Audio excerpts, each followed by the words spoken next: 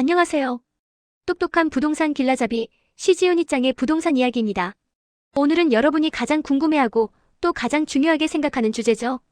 바로 부동산 매매 시 꼭 체크해야 할 사항들에 대해 쉽고 재미있게 파헤쳐 볼 거예요.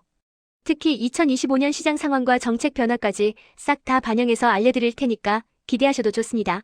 우리 모두 부자가 되는 그날까지 오늘 내용 절대 놓치지 마세요. 자, 그럼 바로 시작해 볼까요? 부동산 매매 생각만 해도 머리가 지끈거리고 복잡하게 느껴지시나요? 맞아요. 내 집 마련이든 투자 목적이든 부동산 거래는 우리 인생에서 정말 중요한 결정이잖아요. 한두 푼 하는 물건도 아니고 수억, 수십억이 오가는 일이다 보니 신중하지 않을 수가 없습니다. 그런데 잠깐, 이 중요한 결정을 아무런 준비 없이 뛰어들면 안 되겠죠? 마치 전쟁터에 나가는 병사가 총과 칼 없이 맨몸으로 뛰어드는 것과 같습니다. 여러분의 소중한 자산을 지키고 더 나아가 불려나가기 위해서는 철저한 준비와 지식이 필수적이에요. 그래서 제가 준비했습니다. 여러분이 2025년 부동산 시장에서 똑똑하게 매매할 수 있도록 꿀팁들을 대방출할 거예요. 아, 그리고 한 가지 더.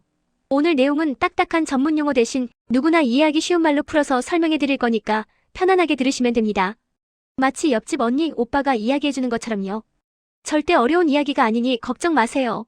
가장 먼저 살펴볼 건 바로 시장 동향 파악이에요. 부동산 시장은 끊임없이 변하잖아요. 마치 살아있는 생명체와 같아서 오늘 다르고 내일 다르고 예측 불허의 연속이랍니다. 주식시장처럼 매일매일 시세가 바뀌지는 않지만 거시경제 상황, 정부 정책, 심지어는 사회적인 분위기까지 복합적으로 작용하며 큰 흐름을 만들어갑니다. 그렇기 때문에 매매를 결정하기 전에 시장의 흐름을 읽는 것이 무엇보다 중요해요. 어떤 부분을 봐야 할까요? 무작정 집값만 오르기를 기다리거나 무작정 떨어질 거라고 예상해서는 안 됩니다. 객관적인 지표와 전문가들의 분석을 종합적으로 고려해야 합니다. 첫 번째는 금리 변화예요. 이게 진짜 중요합니다. 은행 대출 금리가 올라가면 어떻게 될까요? 당연히 대출을 받아서 집을 사는 사람들의 부담이 커지겠죠. 매달 나가야 하는 이자 비용이 늘어나니 주택 구매 여력이 줄어들 수밖에 없습니다. 이자 부담이 커지면 집을 사려는 수요가 줄어들고 결국 부동산 시장 전체에 영향을 미치게 됩니다. 2025년에도 금리 추이를 계속 주시해야 하는 이유가 여기에 있어요. 내 대출 이자가 얼마나 나올까? 감당할 수 있을까? 이 질문에 자신 있게 답할 수 있어야 합니다. 한국은행의 기준금리 발표, 각 은행의 주택담보대출, 금리 변동 추이 등을 꾸준히 확인하며 나에게 맞는 최적의 금리 조건을 찾아보는 노력이 필요해요. 두 번째는 정부의 공급 정책이에요. 정부가 주택 공급을 늘리겠다고 발표하면 미래에는 시장의 매물이 더 많이 풀릴 수 있다는 신호로 해석될 수 있겠죠. 공급이 늘어나면 이론적으로는 가격 안정화에 영향을 줄 수 있습니다. 물론 이게 단번에 이루어지는 건 아니지만 장기적인 관점에서 시장 가격에 어떤 영향을 미칠지 미리 예측해보는 것도 중요해요. 신도시 개발 계획, 재개발 재건축 활성화 정책, 공공주택 공급 확대 등 다양한 정책들이 어떤 지역에 어떤 규모로 추진되는지 주목해야 합니다. 정부 정책 뉴스, 이제 흘려듣지 말고 귀 쫑긋 세우고 들어봐야겠죠? 단순히 듣고 마는 것이 아니라 이 정책이 내가 관심 있는 지역에 어떤 영향을 줄 것인지 구체적으로 생각해봐야 합니다. 마지막으로 지역별 동향입니다. 여러분, 서울 강남과 지방 소도시의 부동산 시장이 같을까요? 절대 아니죠. 인기 있는 지역은 여전히 수요가 많아서 가격이 강세를 보일 수 있지만 인구가 감소하거나 경제 기반이 약한 비인기 지역은 상황이 다를 수 있습니다. 인기 지역과 비인기 지역 간의 가격 차이가 점점 더 커질 수 있으니 내가 관심 있는 지역의 시장 상황은 어떤지, 앞으로의 개발, 호재나 인구 유입 가능성은 있는지 꼼꼼하게 따져봐야 합니다. 단순히 특정 지역이 뜨고 있다는 소문만 듣고 섣불리 투자하기보다는 교통망 확충 계획, 일자리 창출 계획, 교육 환경 개선 등 구체적인 발전 가능성을 확인하는 것이 중요해요. 뜬구름 잡는 얘기 같다고요? 아니요. 이 세 가지 요소만 잘 파악해도 여러분은 이미 반은 성공한 거예요. 이 세 가지가 부동산 시장의 큰 줄기를 형성한다고 해도 과언이 아닙니다. 자, 다음은 정말 중요한 사전조사 철저입니다. 부동산을 매매하기 전에 마치 탐정처럼 구석구석 모든 정보를 파헤쳐봐야 해요. 귀찮다고요? 애인 여러분의 소중한 돈이 걸린 일이잖아요. 이 단계만 제대로 해도 나중에 발생할 수 있는 골치 아픈 문제들을 싹 다 예방할 수 있습니다. 꼼꼼한 사전조사는 여러분의 시간과 돈을 절약해줄 뿐만 아니라 정신적인 스트레스까지도 줄여줄 수 있는 최고의 투자입니다. 첫 번째, 등기부등본 확인입니다. 등기부등본이 뭔데? 라고 생각하는 분들 계시죠? 쉽게 말해, 이 집의 신분증 같은 거라고 보시면 돼요. 누가 이 집의 진짜 주인인지, 혹시 이 집의 빚근 저당권이 얼마나 잡혀있는지, 압류 같은 건 없는지 등등 모든 권리관계가 다 나와 있어요. 등기부등본은 표제부, 갑구, 을구로 나뉘는데 표제부에는 부동산의 물리적, 현황 주소, 면적 등, 갑구에는 소유권에 관한 사항, 을구에는 소유권 외에 권리로 저당권, 전세권 등이 기록되어 있습니다. 이걸 제대로 확인하지 않으면 나중에 엉뚱한 사람한테 돈을 주고 집을 못 받거나 집은 받았는데 우리까지 떠안게 되는 황당한 상황이 발생할 수도 있습니다. 영화에서나 나올 법한 일 같다고요? 아니요, 실제로 종종 일어나는 일이랍니다. 그러니까 등기부등본은 계약서 도장 찍기 전에 꼭 반드시 두세 번 확인하세요. 공인중개사에게만 맡겨두지 말고 본인도 직접 발급받아 내용을 꼼꼼히 확인하는 주체적인 태도가 필요합니다. 혹시 어렵다면 공인중개사에게 도움을 요청하거나 법무사의 자문을 구하는 것도 좋은 방법입니다. 소중한 재산이니까 철저함은 기본입니다. 두 번째, 실거래가 확인이에요. 국토교통부 실거래가 공개 시스템 다들 아시죠? 이 사이트에 들어가면 내가 사고 싶은 집의 최근 거래 가격을 한눈에 볼 수 있습니다. 혹시 내가 너무 비싸게 사는 건 아닌지 아니면 혹시 지금이 저렴한 시기인지 판단하는데 아주 중요한 기준이 됩니다. 주변 비슷한 단지의 시세는 어떤지, 우리 집만 유독 비싸거나 싸지는 않은지 비교해보는 거죠. 단순히 호가로 매도인이 부르는 가격만 보고 판단하지 마세요. 실제 거래된 가격이 훨씬 더 객관적인 지표가 됩니다. 최근 6개월에서 1년 정도의 실거래가 추이를 살펴보면 해당 부동산의 가격 흐름을 파악하는 데 큰 도움이 될 거예요. 막연히 이 정도면 되겠지라고 생각하지 마시고 정확한 데이터를 바탕으로 판단해야 합니다. 세 번째는 현장 방문입니다. 아무리 사진이 좋고 영상이 예뻐도 실제 집을 직접 가서 보는 것만큼 정확한 건 없어요. 백문이 불여일견이라는 말이 괜히 있는 게 아닙니다. 집의 내부 상태는 어떤지, 벽에 금이 가거나 곰팡이가 핀 곳은 없는지, 창문은 잘 열리는지, 수압은 괜찮은지, 난방은 잘 되는지 등등 꼼꼼하게 확인해야 합니다. 단순히 겉모습만 보고 판단하기보다는 직접 만져보고 문을 열어보고 불을 켜보는 등의 적극적인 확인이 필요해요. 그리고 집 주변 환경도 중요해요. 근처에 시끄러운 공사장은 없는지, 밤에는 어두워서 위험하지는 않은지, 편의시설로 학교, 병원, 마트 등은 잘 갖춰져 있는지, 교통은 편리한지 등을 직접 눈으로 보고 느껴야 후회 없는 선택을 할 수 있습니다. 낮에 한 번, 밤에 한 번 방문해보는 것도 좋은 팁이에요. 낮에는 밝아서 보이지 않던 단점들이 밤에 드러날 수도 있고 그 반대일 수도 있으니까요. 여러 번 방문하여 최대한 많은 정보를 얻으세요. 마지막으로 토지 이용 계획 확인입니다. 이건 조금 더 심화된 내용일 수 있지만 투자 가치를 생각한다면 반드시 확인해야 할 부분이에요.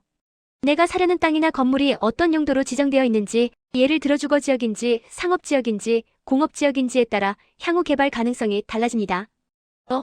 내가 여기다 나중에 상가 지으려고 했는데 알고 보니 주택만 지을 수 있는 땅이었네. 이렇게 되면 낭패잖아요. 이런 정보는 토지이용규제정보서비스나 해당 지자체시청, 구청의 도시계획과에서 확인할 수 있습니다. 해당 부동산의 용도 지역과 함께 앞으로 정부나 지자체에서 이 지역을 어떻게 개발할 계획인지도 함께 파악하면 좋습니다. 도로 개설 계획, 지하철 노선 연장 계획, 공원 조성 계획 등 다양한 개발 호재들이 미래의 가치를 미리 예측해 볼 수 있는 중요한 정보거든요. 단순히 현재의 모습만 볼 것이 아니라 미래의 모습을 그려보는 것이 중요합니다. 이제 정말 중요한 단계, 계약서 작성 시 주의사항입니다. 여러분, 계약서는 그냥 종이 한 장이 아니에요.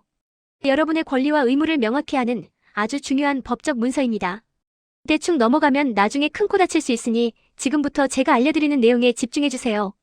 이 계약서 하나로 여러분의 인생이 바뀔 수도 있습니다. 그만큼 신중하고 꼼꼼하게 다뤄야 합니다. 첫 번째, 표준계약서 사용입니다. 복잡한 부동산 계약, 어떤 양식을 써야 할지 막막하시죠?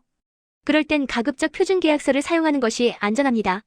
표준계약서는 법률 전문가들이 일반적인 거래 관행을 반영해서 만들어 놓은 양식이므로 나중에 법적인 분쟁이 생겼을 때 여러분의 권리를 보호하는 데 훨씬 유리합니다. 사적인 양식이나 불분명한 내용으로 작성된 계약서는 나중에 법적 효력을 다투기 어려울 수 있습니다. 그리고 계약서에 쓰인 내용 하나하나를 꼼꼼히 읽어보고 이해가 안 되는 부분은 절대 그냥 넘어가지 말고 공인중개사나 변호사에게 물어보세요. 이 조항의 의미가 정확히 뭔가요? 만약 이렇게 되면 어떻게 되는 거죠? 와 같이 구체적으로 질문해야 합니다. 묻지도 따지지도 않고는 홈쇼핑에서나 가능한 일이지 부동산 계약에서는 절대 금물입니다. 여러분의 재산은 여러분이 지켜야 합니다. 두 번째, 특약사항 명시해요.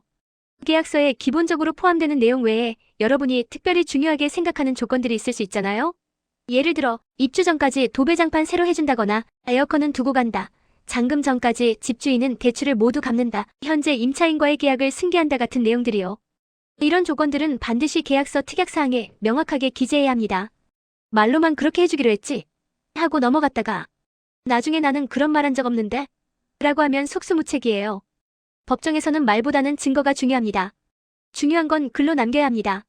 특히하자 보수 범위나 명도 집을 비워주는 것 조건, 잔금일 전의 목적물, 훼손 시 책임 문제 등은 나중에 분쟁의 소지가 많으니 더욱 구체적으로 명시하는 것이 좋아요. 가능한 육하원칙에 따라 명확하고 오해의 소지가 없도록 작성해야 합니다. 세 번째, 지불 조건 확인입니다. 계약금, 중도금, 잔금. 이 세 가지 금액과 지급 날짜를 명확하게 확인해야 합니다. 언제까지 얼마를 누구에게 보낸다, 이게 정확해야 해요. 계약금은 보통 전체 금액의 10% 내외, 중도금은 상황에 따라 생략되기도 하고 여러 번 나눠 지급되기도 하며 잔금은 입주와 동시에 치러지는 것이 일반적입니다. 혹시라도 날짜를 착각하거나 금액을 잘못 보내면 복잡한 문제가 생길 수 있으니 계약서에 적힌 내용을 바탕으로 달력에 미리 표시해두고 이체할 때 한 번 더 확인하는 습관을 들이는 것이 좋습니다. 대리인에게 송금할 경우 대리인의 위임 여부를 반드시 확인하고 위임장과 인감증명서를 받아두는 것이 안전합니다. 마지막으로 계약 해제 조건이에요. 만약에 사태에 대비하는 거죠. 내가 계약을 해지하고 싶을 때 혹은 상대방이 계약을 해지할 때 어떤 조건으로 해지할 수 있고 위약금은 얼마인지 손해배상은 어떻게 되는지 등등을 미리 확인해두세요. 보통 계약금은 위약금으로 걸게 되는데 이 조항을 명확히 해두지 않으면 나중에 큰돈을 돌려받지 못하거나 반대로 내가 물어줘야 하는 상황이 생길 수 있습니다. 계약서 상해 계약의 해제 조항을 꼼꼼히 읽어보고 혹시라도 특이사항이 있다면 특이하게 명시하는 것이 좋아요. 예를 들어 대출이 실행되지 않을 경우 계약을 해지할 수 있다는 조항을 넣는 것도 하나의 방법입니다. 꼼꼼함은 언제나 빛을 발합니다. 다음은 현실적인 문제죠. 바로 자금 계획 수립입니다. 꿈 같은 내 집 마련하지만 돈이 없으면 불가능한 꿈이잖아요. 그래서 현실적으로 내가 얼마를 가지고 있고 얼마를 더 마련해야 하는지 정확하게 계획을 세우는 것이 중요해요. 막연한 생각만으로는 절대 안 됩니다. 정확한 예산과 지출 계획을 세워야만 안정적인 거래가 가능합니다. 첫 번째, 취득세 계산입니다. 집을 사면 집값만 내는 게 아니죠. 국가에 내는 세금, 바로 취득세가 발생합니다. 취득세는 부동산을 취득할 때 한 번만 내는 세금인데 취득 가액과 주택수, 주택의 종류로 주거용, 상업용 등에 따라 세율이 달라집니다. 이 취득세가 생각보다 만만치 않은 금액일 수 있으니 미리 내가 살 집의 취득세를 계산해보고 예산에 포함시켜야 해요. 예를 들어 6억 원짜리 집을 사는데 취득세가 몇 천만 원이 나올 수도 있습니다. 보통 부동산 관련 세금은 금액이 커서 잘못 생각했다가는 자금 계획에 큰 차질이 생길 수 있으니 구매 전 꼭 확인해보세요. 인터넷 검색을 통해서도 간이 계산을 해볼 수 있고 공인중개사나 세무사에게 문의하는 것이 가장 정확합니다. 두 번째, 중개수수료입니다. 공인중개사를 통해서 집을 구매했다면 중개수수료를 지불해야 합니다. 중개수수료도 법으로 정해진 요율이 있지만 거래 금액에 따라 달라지기 때문에 미리 얼마 정도 나올지 확인해두는 것이 좋아요. 중개수수료는 법정 요율 내에서 협의가 가능하므로 계약 전에 미리 협상해보는 것도 하나의 팁이 될 수 있습니다. 수수료가 이렇게 비쌌어? 하고 당황하지 않으려면 미리미리 계산해봐야겠죠. 예상치 못한 지출이 발생하지 않도록 모든 가능성을 열어두고 계획해야 합니다. 세 번째, 대출 계획입니다. 만약 대출을 받아서 집을 구매할 계획이라면 사전에 은행에서 대출 승인을 미리 받아두는 것이 아주 중요해요. 가심사 또는 사전 승인을 통해 내가 원하는 만큼 대출이 나올지, 대출 금리는 얼마인지, 상환 계획은 어떻게 되는지 등등을 미리 확인해야 자금 계획에 차질이 생기지 않습니다. 계약서에 도장을 찍었는데 대출이 안 나와서 계약을 파기해야 하는 불상사를 막으려면 미리 대출 상담을 받고 준비하는 것이 현명해요. 여러 은행의 상품을 비교하여 가장 유리한 조건의 대출을 선택하는 것도 잊지 마세요. 주택담보대출, 전세자금대출 등 다양한 상품이 있으니 본인의 상황에 맞는 최적의 대출 상품을 찾는 것이 중요합니다. 그리고 2025년 개정 부동산 세법도 잠깐 짚고 넘어갈게요. 세금하면 머리부터 아프다고요? 하지만 우리에게 돈과 직결되는 문제이니 꼭 알아두어야 합니다. 세금은 매년 개정될 수 있으니 항상 최신 정보를 확인하는 습관을 들이는 것이 좋습니다. 2025년부터는 주택을 상가 등으로 용도 변경한 후 양도했을 때 1주택 여부 판정 기준 시점이 양도 시점에서 매매 계약 시점으로 조정된다고 해요. 이게 1세대 1주택 비과세나 장기 보유 특별공제 특례 적용 기준이 되기 때문에 혹시라도 이런 상황에 해당되는 분들은 미리 확인하시는 게 좋겠죠. 예를 들어 주거용으로 사용하던 집을 잠시 상가로 변경했다가 다시 파는 경우 비과세 혜택을 받을 수 있는 조건이 까다로워질 수 있다는 의미입니다. 또 한 가지는 1세대 1주택자 종합부동산세 특례 적용 대상에 지방 저가 주택이 추가된다는 점입니다. 종부세 부담 때문에 걱정 많으셨던 분들께는 희소식이 될 수도 있겠네요. 이는 지방의 주택시장 활성화와 서민주거 안정화를 위한 정부의 정책적 배려로 해석될 수 있습니다. 하지만 이런 세법 개정은 늘 변동 가능성이 있으니 정확한 내용은 전문가와 상담하거나 국세청 자료를 확인하는 것이 가장 확실합니다. 부동산 세금은 워낙 복잡하고 개인별 상황에 따라 달라질 수 있으니 반드시 세무 전문가와 상담하여 자신에게 맞는 절세 전략을 수립하는 것이 중요합니다. 자, 여기까지 따라오느라 고생 많으셨어요. 놓치면 후회할 추가적으로 고려할 사항들이 남아있어요. 이 부분은 여러분의 안전하고 현명한 거래를 위한 최종 점검이라고 생각하시면 됩니다. 첫 번째는 기획 부동산 주의입니다. 요즘 기획 부동산 사기 사례가 늘고 있다고 해요. 막연한 개발 호재를 내세우며 값싼 땅을 비싸게 파는 수법이죠. 주로 저개발 지역의 땅을 개발 가능성이 있는 것처럼 속여 높은 가격에 판매하는 경우가 많습니다. 혹하는 마음에 덜컥 계약했다가 나중에 큰 손해를 볼 수 있습니다. 묻지마 투자는 절대 금물. 매수하기 전에 해당 부동산의 개발 계획이나 가치 등을 꼼꼼하게 확인하고 전문가의 조언을 구하는 것이 중요합니다. 특히 잘 알지 못하는 지역의 땅을 너무 좋은 조건으로 권유한다면 일단 의심부터 하고 보세요. 등기부등본상의 지번이 실제와 일치하는지, 해당 토지의 용도, 변경 가능성은 현실적인지 등을 다각도로 검토해야 합니다. 너무 달콤한 제안은 일단 의심부터 하는 게 상책입니다. 두 번째는 안전거래입니다. 계약금, 중도금, 잔금을 주고받을 때 항상 안전한 방법을 사용해야 해요. 가급적 현금 거래보다는 계좌 이체를 이용하고 이체 내역을 반드시 보관하는 것이 좋습니다. 그리고 돈을 보낼 때 받는 사람의 계좌가 계약서에 명시된 명의와 일치하는지 한 번 더 확인하는 습관을 들이세요. 만약 대리인에게 송금해야 한다면 위임장과 인감증명서 등 대리권을 증명하는 서류를 반드시 확인하고 보관해야 합니다. 설마 내가 사기를 당하겠어? 라고 방심하는 순간 사고는 터지는 법입니다. 돌다리도 두드려보고 건너는 심정으로 거래에 임해야 해요. 잔금일에는 공인중개사와 매도인, 매수인이 모두 모여 대금 지급과 동시에 소유권 이전 서류를 주고받는 것이 일반적입니다. 마지막으로 2025년 하반기 부동산 시장 전망에 대한 전문가 의견도 참고하는 것이 좋습니다. 물론 전문가들의 의견도 100% 맞는 건 아니지만 다양한 관점과 분석을 들어보면 나름의 통찰력을 얻을 수 있거든요.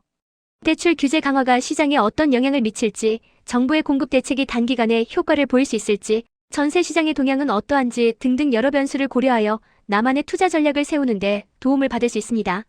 다양한 전문가의 의견을 들어보고 맹신하기보다는 본인만의 기준으로 분석하고 판단하는 능력을 키우는 것이 중요합니다. 부동산 시장은 예측 불가능한 변수가 많으므로 한 가지 정보에만 의존하기보다는 폭넓은 시야를 가지는 것이 현명합니다. 자, 어떠셨나요? 오늘은 2025년 부동산 매매 시 꼭 체크해야 할 사항들을 처음부터 끝까지 꼼꼼하게 짚어봤습니다. 시장 동향 파악부터 사전조사, 계약서 작성 시 주의사항, 자금 계획 수립, 그리고 추가적인 고려사항까지 정말 방대한 내용이었죠? 하지만 이 모든 과정을 꼼꼼히 거치면 여러분은 후회 없는 그리고 성공적인 부동산 거래를 할 수 있을 거예요. 부동산은 우리 인생의 가장 큰 자산이 될 수도 반대로 가장 큰 위험이 될 수도 있습니다. 그렇기 때문에 충분한 정보와 지식을 바탕으로 현명하게 접근해야 해요. 부동산 매매는 큰돈이 오가는 중요한 일이기 때문에 귀찮다고 대충 넘어가서는 안 됩니다. 철저한 준비와 꼼꼼함만이 여러분의 소중한 자산을 지켜줄 수 있다는 사실. 오늘 제가 알려드린 꿀팁들이 여러분의 부동산 거래에 큰 도움이 되었으면 좋겠습니다. 궁금한 점이 있다면 언제든지 댓글로 남겨주시고요. 다음 시간에 더 유익한 정보로 돌아오겠습니다. 여러분의 성공적인 부동산 라이프를 응원합니다.